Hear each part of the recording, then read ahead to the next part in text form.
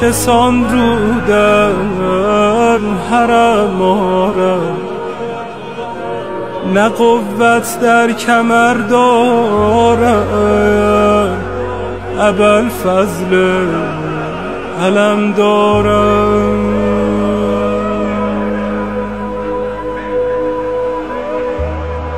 نگهبان حرم عباس، امید خواهرم عباس، پناه دخترم عباس. چه سان نعش تو بردارم،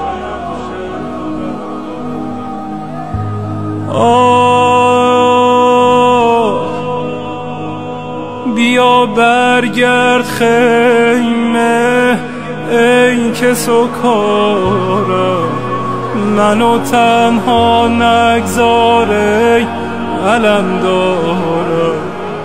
بیا برگرد خیمه ای که سکارم، منو تنها نگذار ای علم دارم، منو تنها نگذار ای علم دارم، ای علم دارم.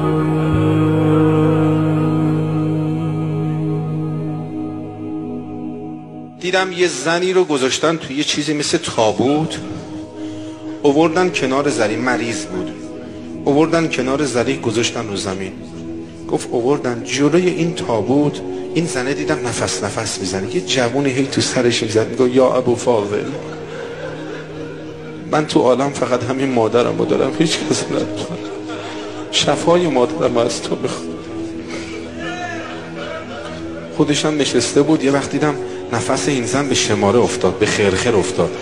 این جوونه بلند شد وایساد گفت یا ابوالفاضل، مادرم داره از دستم میره.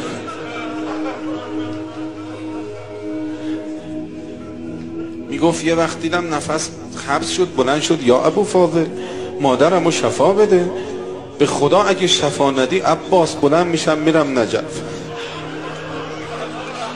شکایت تو به بابات علی میکن. رفتم جلو گفتم جوان مؤدب باش، اینجوری آدم با عباس. گفت شیخ چی داری میگی؟ نفس این زن تو سینه‌اش بند شد، این جوون دویر از حرم بیرون، میگه دم در وایستاد، برگشت گفت عباس یا ابوالفاضل، یادت باشه شفای مادرمو ندادی، دارم میرم نجف شکایتتو به بابات علی بکنم. این شیخ میگه وایستادم ببینم چی میشه. رفت، ساعتی نکشیده بود یه وقت دیدم این زن از تو تابوت تمام قامت بلند شد وایستاد، رو به ذریح شکران یا ابوالفاضل، شکران یا ابوالفاضل، شکران یا ابوالفاضل. میگه طولی نکشید دیدم جوونم برگشت، اما گریه میکنه. رفتم جلو گفتم چته جوون؟ عباس که مادر تو شفا داد، چرا داری گریه میکنی؟ گفت شیخ دست برد، داشتم تو بیابون میدویدم و داد میزدم، دیگه کسی به عباس باب الحوائج نگه، عباس باب المراد نیست، عباس باب الحوائج نیست. یه وقت دیدم یه سواری از روبرو اومد به من رسید، گفت جوون کجا میری؟ گفتم دارم میرم نجف. برای چی؟ میرم شکایت عباس رو به باباش علی بکنم، مادر منو شفا نداده. گفت برگرد شکایت عباس رو به باباش علی نکن، عباس مادر تو شفا داد، برگرد. گفتم دیگه رمق برا برگشت ندارم، نفسم بند اومده. گفت پشت مرکب من بشین من میبرم.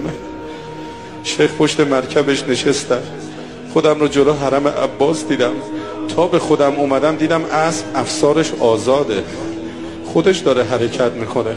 خوب که نگاه کردم دیدم این آقا که من پشت مرکب اون نشستم دست در بدن